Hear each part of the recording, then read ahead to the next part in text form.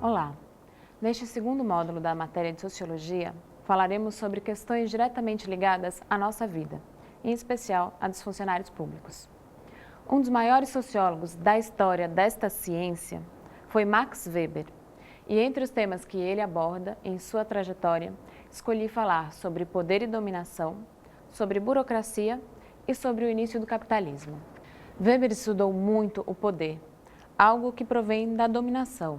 Mas como assim? Você se sente dominado por algo?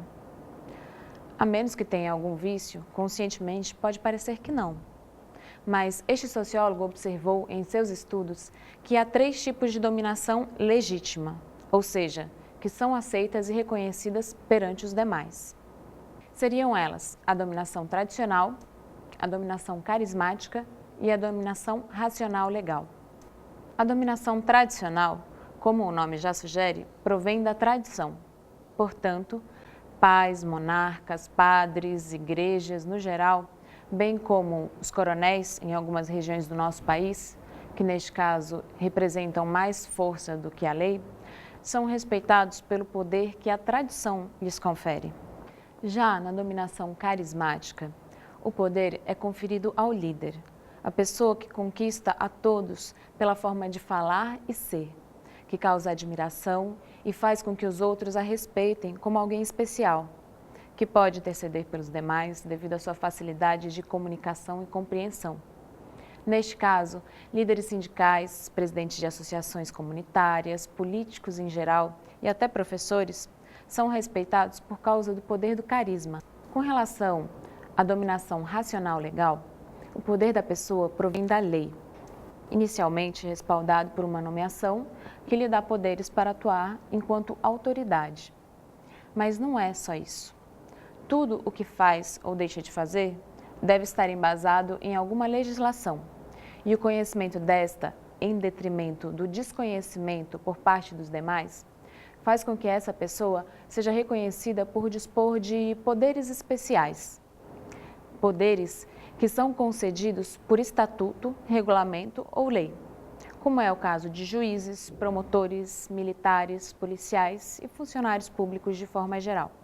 Weber dizia que o Estado tem o monopólio legítimo da força. Monopólio porque só o Estado pode condenar, prender ou fazer uso da força. E legítimo porque esse poder lhe é conferido pela Constituição ou lei equivalente. Já com relação à burocracia, Weber nos oferece um tipo ideal, aquela que garantisse o resultado desejado, isto é, a eficiência e impessoalidade do Estado. Mas quando é que a teoria vai à prática? Muitas vezes permanece longe, mas é importante que ela exista como um ideal a ser alcançado, ou ao menos um ideal que indique a direção do correto. No serviço público, ouvimos com frequência o não pode ou é a regra, mas onde essa regra está escrita? Será que existe mesmo?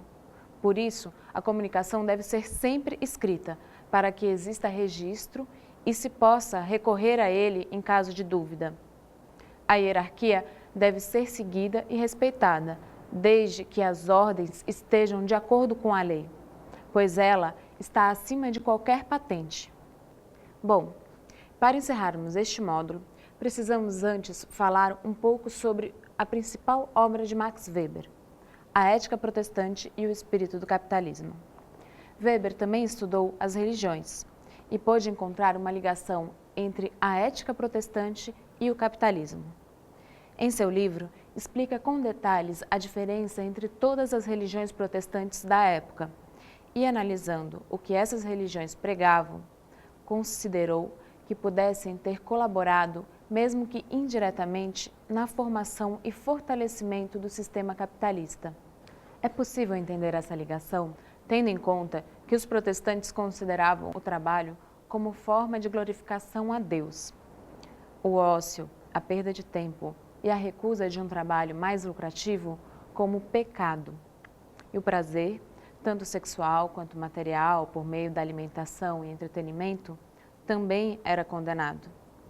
E além disso, eles tinham o sucesso material e profissional como prova de terem sido escolhidos por Deus.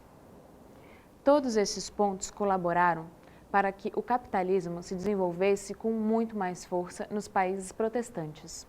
Ou seja, com os lucros obtidos, eles apenas podiam investir em mais trabalho, obtendo com isso ainda mais lucro, que nada mais é do que a lógica capitalista. No mínimo curioso, não?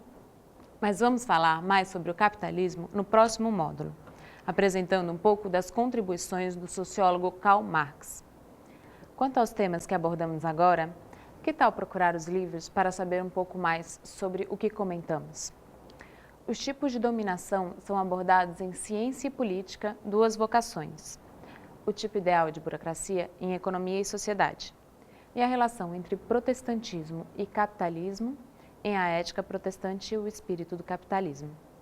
Vale a pena conferir, mesmo que não possa ler o livro inteiro. Folheie colocando um pouco mais de atenção ao índice, introdução e conclusão. Quanto aos filmes indicados, Tropa de Elite 2 é obrigatório, pois não traz apenas exemplos com relação a poder e dominação, mas aborda questões presentes em todos os módulos. A Era da Inocência acompanha a vida de um funcionário público americano e nos faz refletir a que ponto a burocracia pode chegar. A Festa de Babette relata a chegada de uma cozinheira em uma comunidade protestante, que acaba por apresentar às pessoas daquele lugar o prazer que se pode ter com a comida.